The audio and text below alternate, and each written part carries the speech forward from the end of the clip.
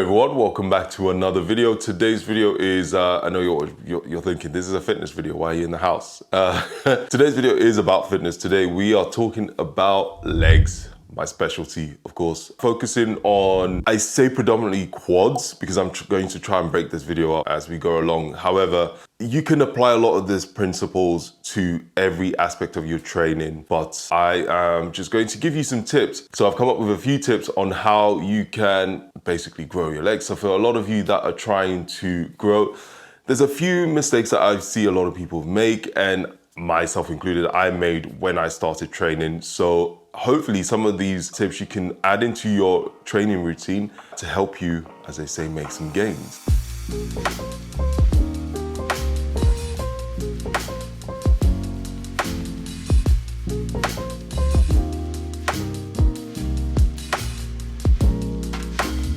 So the first one, when you're planning your training routine, is to make sure that your training is periodized. So periodize your training. Too many times, a lot of people make this mistake of, oh, I want to just do my 1 rep max, 2 rep, 3 reps, low volume. The idea of periodizing your training is to have variety in terms of low volume to high volume.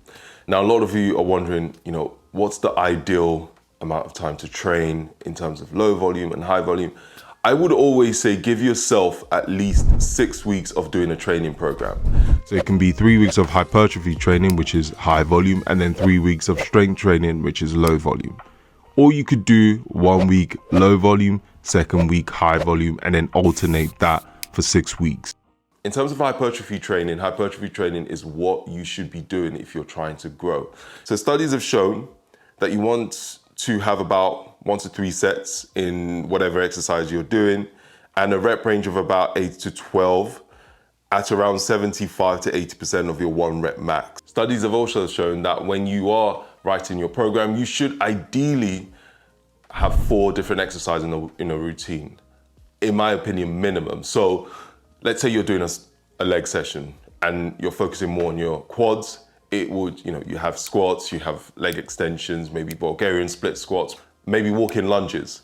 So minimum you have 4 exercises, about 1 to 3 sets. I usually go for 3 sets and 8 to 10 reps. And this is for hypertrophy. So that is the first step, making sure that your training is periodized.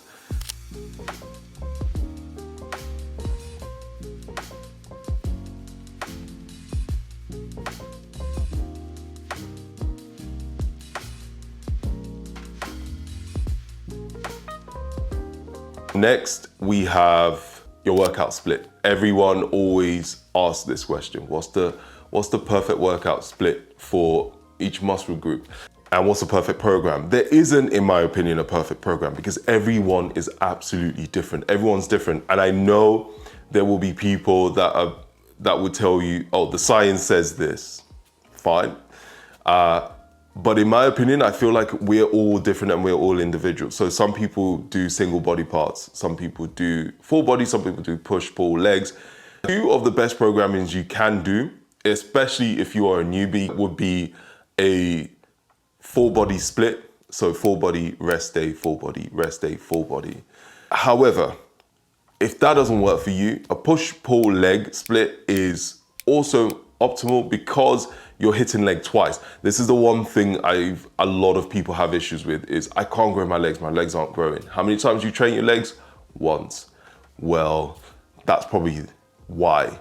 And if you try and break down your training split in a way that you have different exercise for different body parts, you have the numbers, and let's say you have 4 different exercises for your legs on first half of the week, the second half you have completely different exercises for that week. So for example, Monday could be front squats, leg extensions, split squats, and lunges.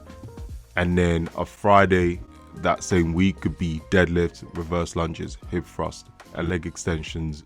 That way you are adding variety and also you're hitting your legs twice a week.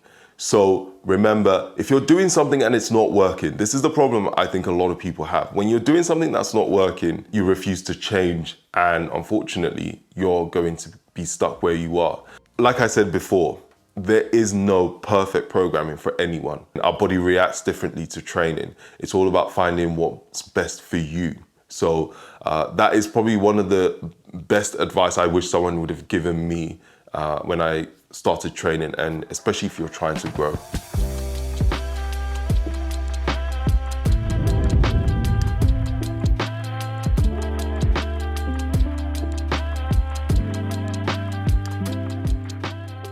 So another important tip is variety. Variety is the spice of life. So when it comes to training, of course, the fundamentals, squats, deadlifts, lunges, they're all fundamentals, but I find that there's always ways you can play around with certain movements when you are training. So I'm going to give you a few examples of how you can change certain movements. We all have a love-hate relationship with the Bulgarian split squat, but another way you can add variety is to challenge yourself by having the barbell in a front rack position to perform the movement.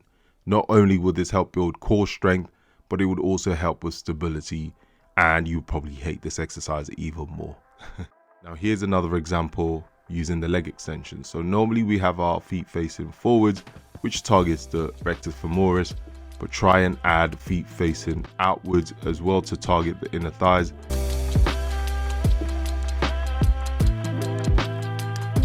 And try and also have feet facing inwards to target your outer sweep. When it comes to one of the fundamental compound movements, the squat is a staple in most of our training. Normally we all have a wide stance with feet facing outwards. However, one way we can add variety is by performing a narrow stance squat, so having your legs very close together and feet facing forwards. Now I always preach good range of motion. However, there are times when you can add half reps, or when it comes to squats, no ATG, aka arms to grass, in the exercise. This is a way to keep the muscle under constant tension throughout and takes away the stretch portion of the movement. By the way, using a plate under your heels is great for ankle stability if you struggle with ankle flexion. Another great example here is walking lunges. I like to sometimes use shorter steps to target more of my quads, and also adding a double lunge is a great way to add not only variety but to progressively overload the exercise. That brings me nicely into the sponsor for today's video. Whoop is a track that I've been using for, probably about 2 years. I've been sponsored by Whoop for about 2 years as well. You guys probably see me wear this every single day. Whoop is an awesome tracker because it tracks your sleep, strain, recovery. You can wear it 24/7. It is waterproof for those of you who are swimmers. You can wear it to swim. It is awesome because it has so many different colors when it comes to the straps. So I always wear the black one. However, you have so much options. And the awesome thing about the kit is you never have to take it off, even when charging it. So you have the battery pack, which you can put over the device, and it charges whilst you're on the go. And the battery pack is waterproof, which is awesome. Whoop also has a sleep coach. So if you wanted to know what you need, how much sleep you need to perform at your optimal, how much sleep you need to get by, there's a sleep coach that you can use, and it gives you the amount of sleep that you need to perform at your best. Whoop also has a strain coach which analyzes your recovery for the day and provides you with the optimal strain for that day. I also have a Whoop team community, so you can get involved. I'll put the invite code, so if you already have Whoop, make sure you join up. So check out the link in my description box and save yourself the first month free, and you get the Whoop strap for free as well, and the battery pack. So why not get involved? Back to the video. And then the next tip is progressive overload. In layman's terms, progressive overload is increasing intensity and difficulty of the exercises over time.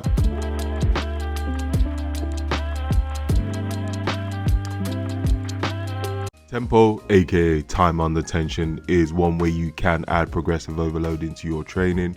Tempo basically means putting the muscle under as much tension as possible, and if you want to build muscle, time under tension is key. I always like to play around with tempo in my training, especially the eccentric tempo. You can go, for example, 3 second eccentric and 1 second concentric.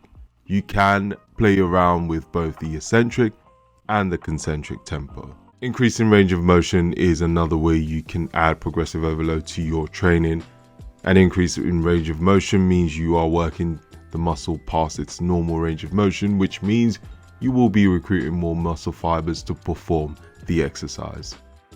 For example, take the Bulgarian split squat. A good way to increase motion is by standing on a plate, which means you would have to go further past your natural range of motion, requiring the muscle to work harder. Utilizing supersets, drop sets, giant sets is another way you can add progressive overload. This can be done with absolutely any exercise. A superset is when you combine exercises together and perform them back to back with little rest. For example, let's say starting with 10 reps on a squat, go straight into a matrix squat. Yes, that's what I like to call it. And then you rest after, and this will count as one set. Another great way to add variety is adding a pause in your training. For example, using a pause in your squats is an incredible way to help improve strength in your squats, which would also help you lift heavier.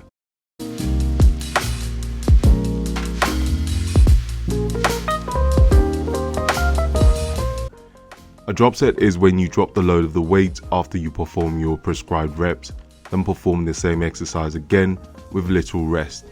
An example here would be leg extension, starting with your prescribed reps, and after you perform said reps, drop the weight down, let's say about 30 to 40%, and then perform more reps. You can apply this to any workout and decide how much you want to drop the weight. It can be 2 drops, 3 drops, and so on. Side note, drop sets, you can also add weight rather than drop the weight. So I've tried to simplify this video as much as possible, and hopefully you can add some of these tips into your training. Like I mentioned before, yes, this is about legs, because a lot of people I know struggle with growing their legs, especially quads. I've focused predominantly on quads, but I will touch on hamstrings and glutes on another video.